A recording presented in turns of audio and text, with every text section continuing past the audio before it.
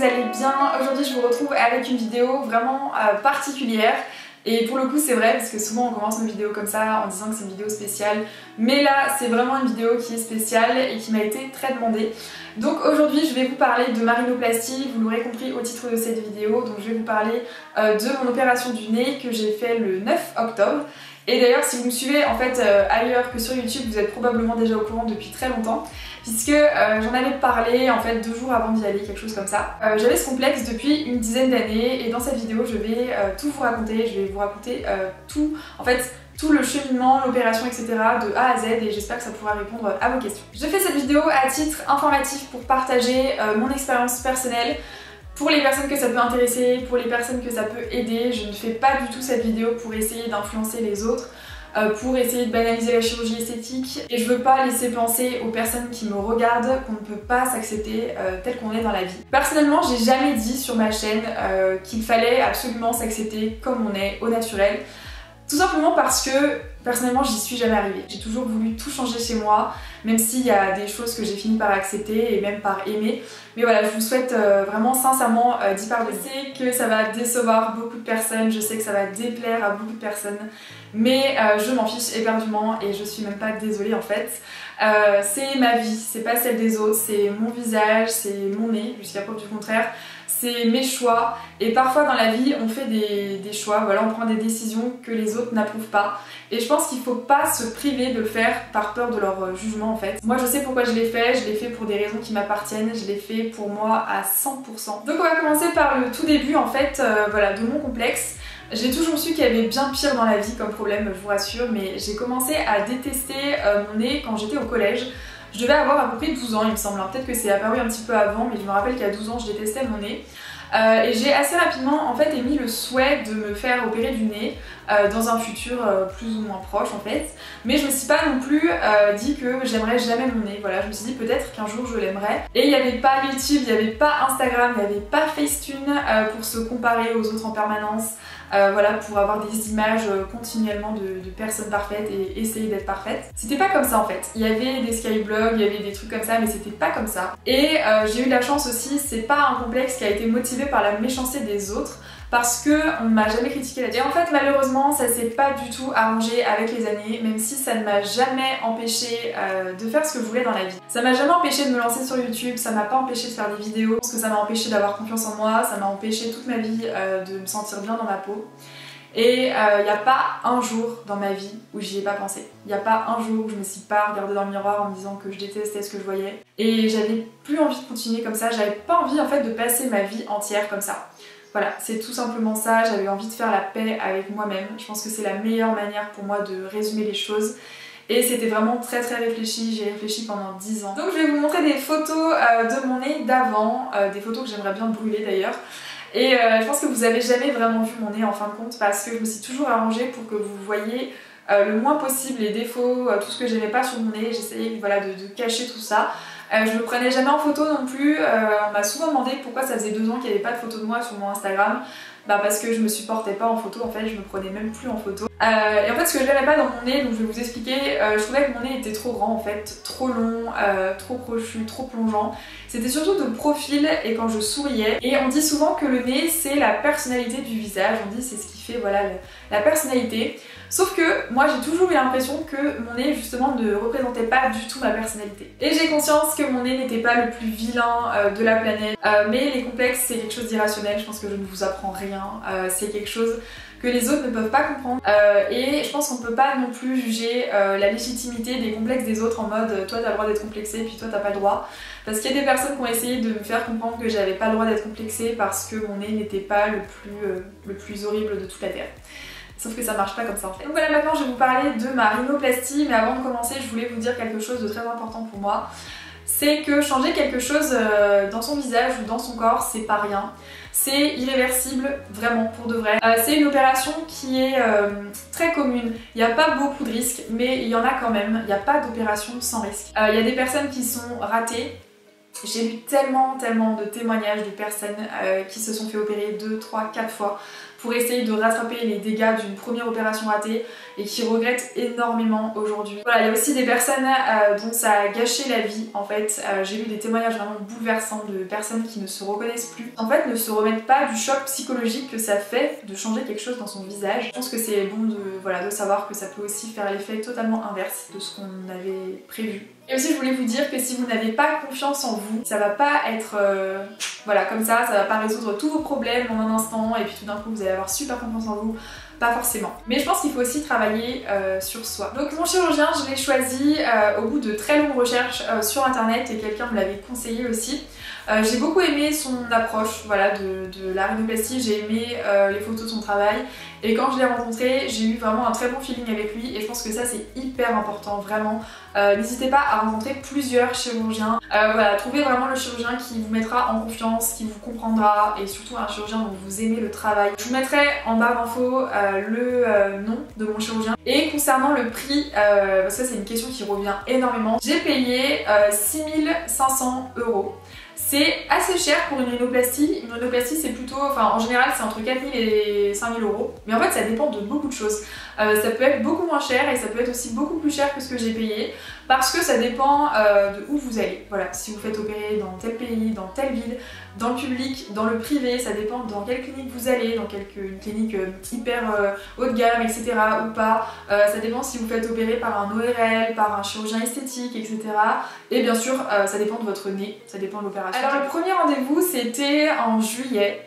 Et du coup je vais vous dire comment ça s'est passé rapidement. En fait je lui ai parlé donc de mes motivations, je lui ai dit ce que je n'aimais pas dans mon nez. Il m'a dit ce qui clochait dans mon nez selon lui. Et d'ailleurs il m'a fait découvrir des trucs que j'avais même pas remarqué. Après il m'a dit aussi ce qui était réalisable parce qu'on peut pas non plus tout faire. Il a fait des photos sous tous les angles. Et en fait il m'a fait une simulation, donc il l'a fait sous les yeux hein, sur un logiciel. Rapidement pour me montrer en fait le futur résultat, le résultat espéré en fait. Il y a des chirurgiens qui ne le font pas mais je trouve ça hyper important de savoir à peu près à quoi ça va ressembler quoi. Parce que sinon ça fait vraiment flipper de se dire on va changer mais on sait pas ce qu'on aura. Moi ça me fait peur. Et du coup en tout je l'ai vu 2 fois. On me demande souvent, je l'ai vu 2 fois mais c'était à ma demande parce que sinon vous pouvez juste le voir une fois avant de se faire opérer. Voilà, moi j'avais besoin quand même d'être assurée et d'être sûre qu'on soit d'accord, voilà, qu'on soit sûr de ce qu'on fait, etc. Et je l'ai vu aussi avant d'aller au bloc, voilà, mais ça a duré 2 secondes donc c'est pas vraiment un rendez-vous. Et j'ai aussi vu l'anesthésiste parce que c'est une anesthésie générale. Voilà, c'est obligé, c'est normal. Et pour ça que ça intéresse, apparemment, la rhinoplastie peut aussi se pratiquer sous anesthésie locale, parce que je sais qu'il y a beaucoup de personnes qui ont très peur de l'anesthésie générale. C'est pas mon cas, mais je peux comprendre qu'on n'ait pas envie de passer par là. C'est possible, mais je crois que dans certains cas en fait, de rhinoplastie, et pas tous les chirurgiens le font, je crois. Bref, vous pouvez vous renseigner. Apparemment, c'est possible, mais perso, je voulais pas du tout être là, je voulais pas voir, je voulais faire dodo, et pas du tout savoir ce qui se passe. Et ensuite, c'était le jour J, donc voilà, c'était le 9 octobre. Je suis arrivée à la clinique à 7h30 et j'étais hyper stressée et en même temps j'avais super hâte. En fait c'était vraiment un mélange de plein de sentiments, c'était un peu voilà, indescriptible, mais on a beau se dire qu'on veut se faire opérer tous les jours, le jour où il faut y aller pour de vrai, il faut vraiment être très motivé, il faut vraiment en avoir envie parce que ça fait vraiment peur, mais vraiment. Et il faut entre guillemets avoir du courage quand même pour y aller, même si ça peut sembler être une solution de facilité. Quand il faut y aller, ça fait peur. Et j'ai été opérée à 10h30, quelque chose comme ça, à 10h, je sais plus. Donc j'ai attendu un petit moment, c'est ça qui était un peu... C'était ça le pire en fait, c'était l'attente. Et du coup voilà, tout s'est bien passé, j'ai été opérée par voie fermée. Donc c'est à dire que mes cicatrices sont à l'intérieur de mon nez en fait, et quand on est opéré par voie ouverte, bah on a les cicatrices à l'extérieur du nez. Voilà, c'est en général, je crois que c'est le plus commun, c'est la voie ouverte. Moi je suis plutôt contente de ne pas avoir de cicatrices visibles. Ensuite je me suis réveillée en salle de réveil et là c'était le moment, je pense, le pire de toute l'opération, de toute la rhinoplastie. Enfin de mon expérience en tout cas. Parce que quand je me suis réveillée, bon déjà j'avais pas mes lentilles donc je voyais rien, mais en fait c'est comme si je me réveillais dans le désert et que j'avais pas bu depuis 3 jours. Voilà, on a la gorge mais tellement sèche, on a la langue mais hyper sèche, on peut même pas avaler sa salive parce qu'il n'y a pas de salive du tout.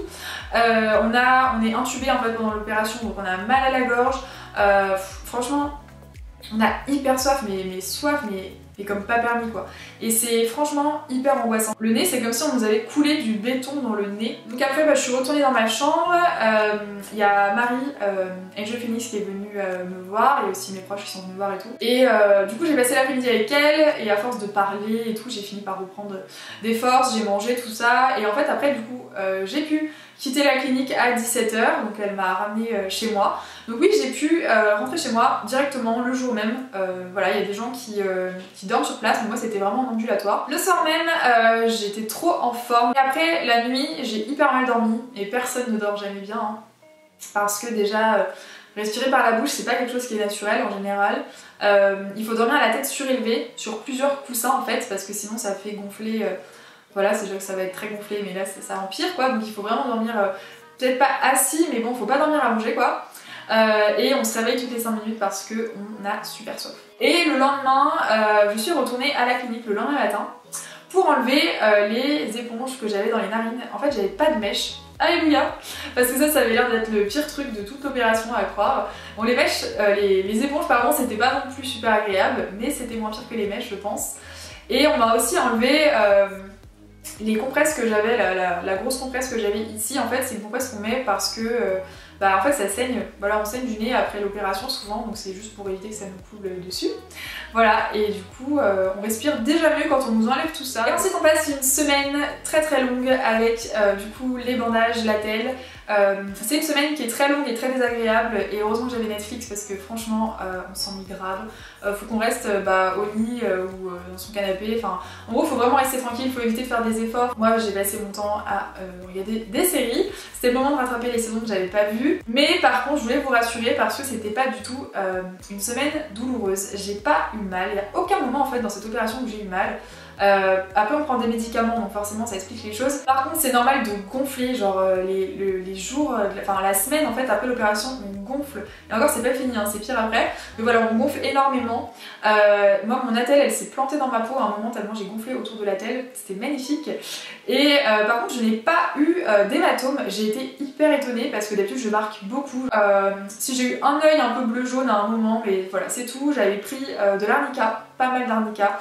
Je sais pas si c'est ça. Au bout de 2 jours, je me suis quand même demandé si j'avais pas fait une grosse connerie.